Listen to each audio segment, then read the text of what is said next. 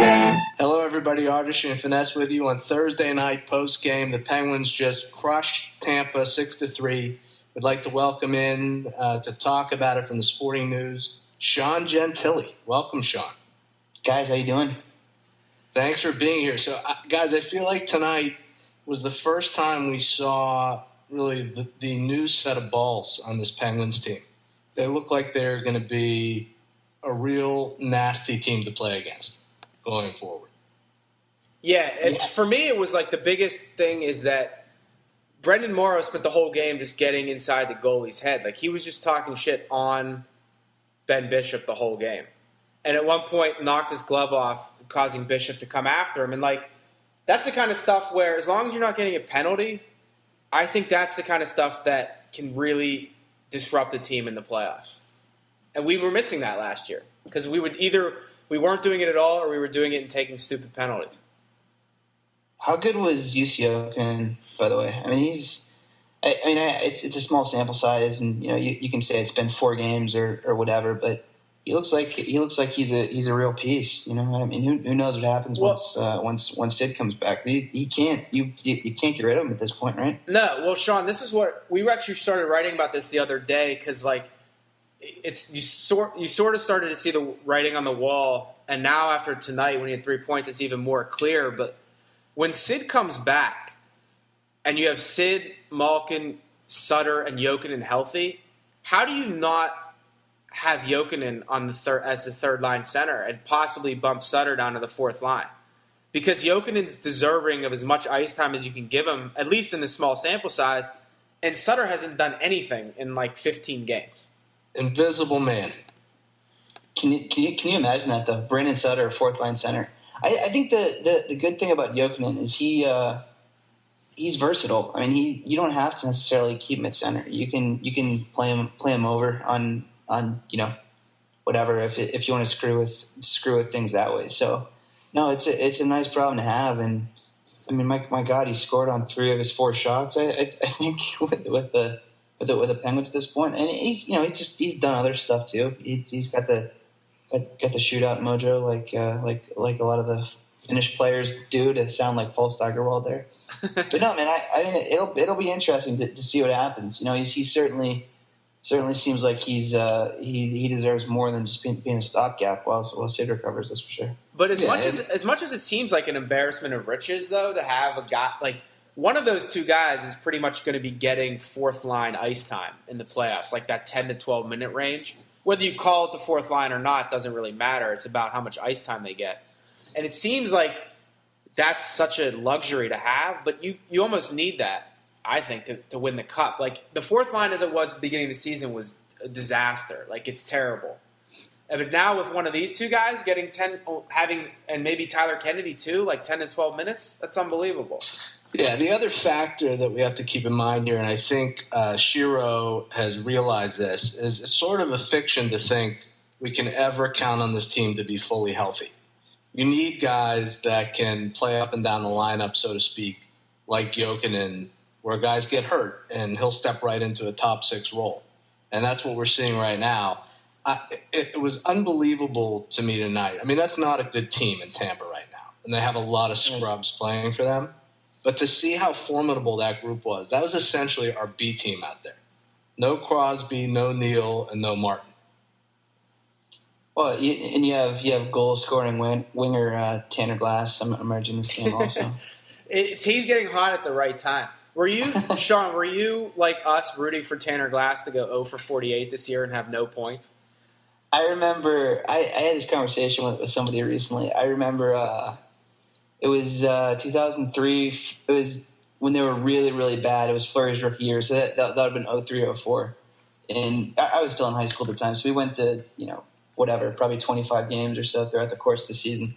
And the same thing happened with Kelly Bookberger. I don't know if you guys remember that, but he made it to, I want to say, the second to last game of the season, and I want to say it was an empty netter. And they were trying so desperately to get him a goal. Like, that was really all they were playing for, literally, like the entire team, top to bottom. The difference, of course, being that he was like the 3rd best player on our team at that time. Yeah, right. And he was 45 years old.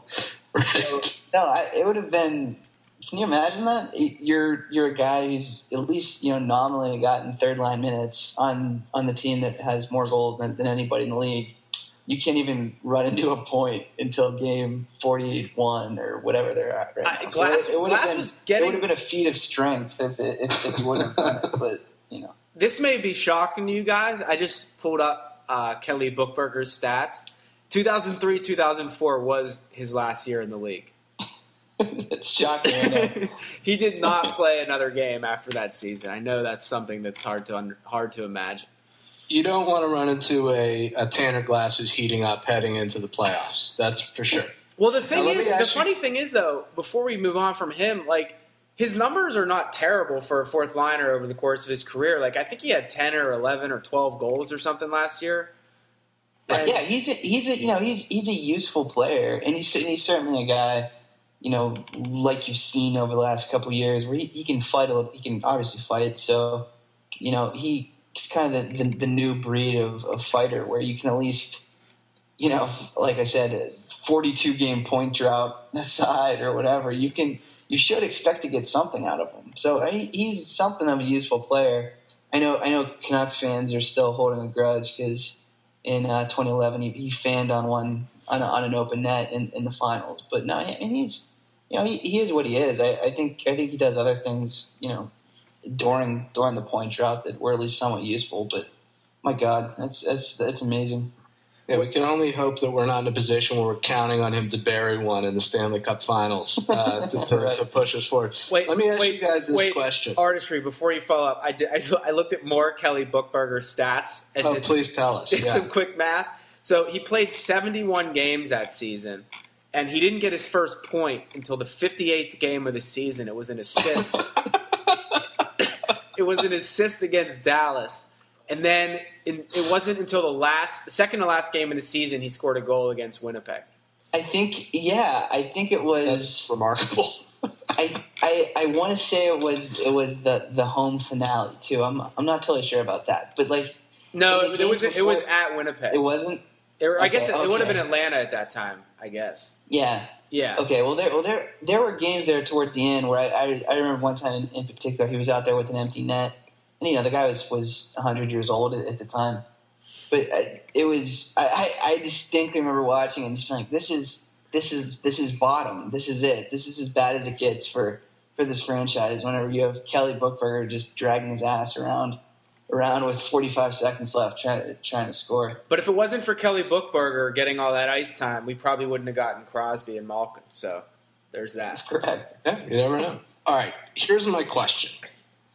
Skipping ahead to the offseason, is there any question that you have to throw a significant number at Pascal Dupuis to try to keep him?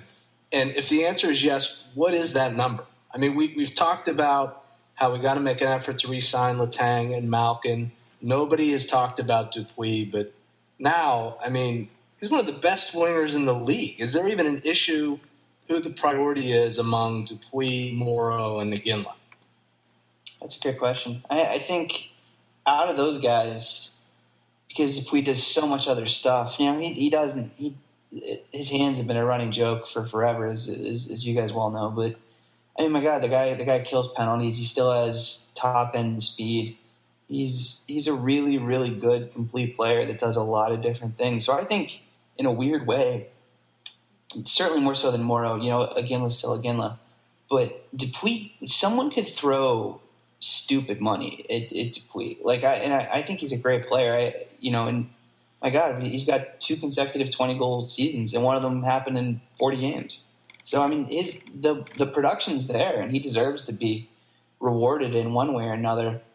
The guy's 34 years old, and this is certainly his last chance at a payday. So we'll see what happens. But man, you got to figure they'd like to keep him because you can joke about finding a winger for Sid, and that's was a punchline up until they acquired Iginla. But my God, production's production, and at some point you have to treat Dupuis like what he is, which is a legitimate top line winger. It's like if somebody throws 4 years at him, I wouldn't blame him for leaving, and I don't think the Penguins would want to throw more than 2 years at him.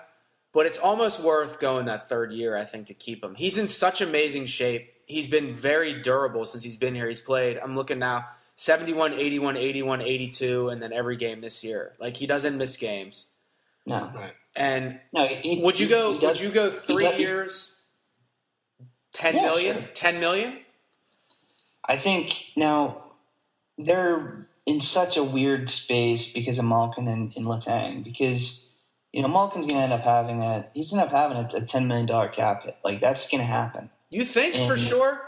I'm not convinced of it. I don't think he's not going to make more money over the course of his deal than Sid is, obviously. And even if you look at at the 8-year deal that he's going to sign, I'd be surprised if he made more over those 8 years than Sid will make in his first 8 years. So from a strict money standpoint, it'll be the same. But like I said, the way they got that contract done and were able to set up the cap hit, I do think Malkin's going to count more. Yeah, it's possible. It's going to be a fascinating offseason. The way Shiro has operated with everybody but the top players on the team is to say, here's what I can do. If you want to be here, you take it. If not, good luck to you.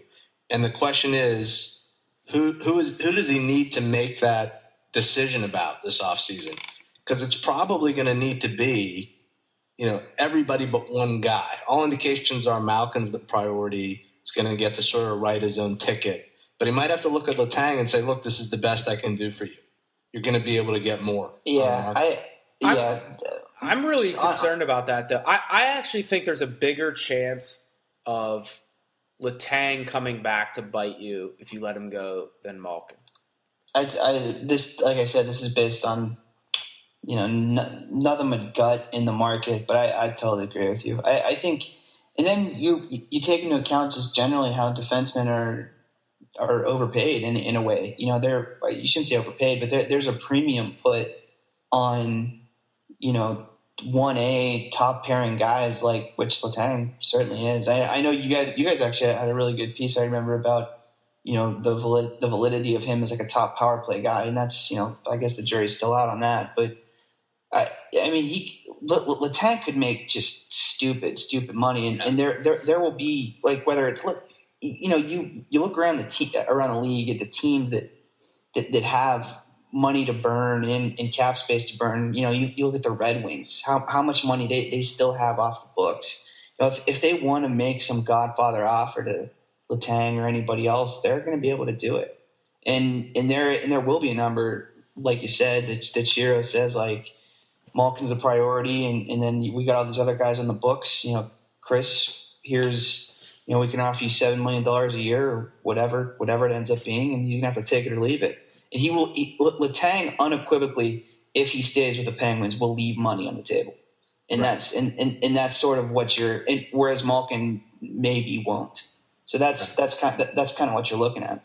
Right. The other factor here is, when you look at guys that have had big money long-term deals, the percentage of those deals where you look at them late in the duration of the deal and say, that's not looking too good right now, is pretty high. So you have to ask yourself, would you rather be looking at paying Malkin $9 or $10 million at age 33, or do you want to be paying $8 million to Chris Letang at that age? See, I think you guys may have misunderstood what I was saying. I'm not saying that I would know what I want to do, but I think there's a bigger risk of it biting you if you let Letang walk. Like, I agree. I agree with that entirely. Like I said, Letang has his ceiling. We don't know what his ceiling is. We know what Malkin's ceiling is. Like, we've seen it. He's not going to get better than he was last year. Right. So Letang could still get better, and he's still really young.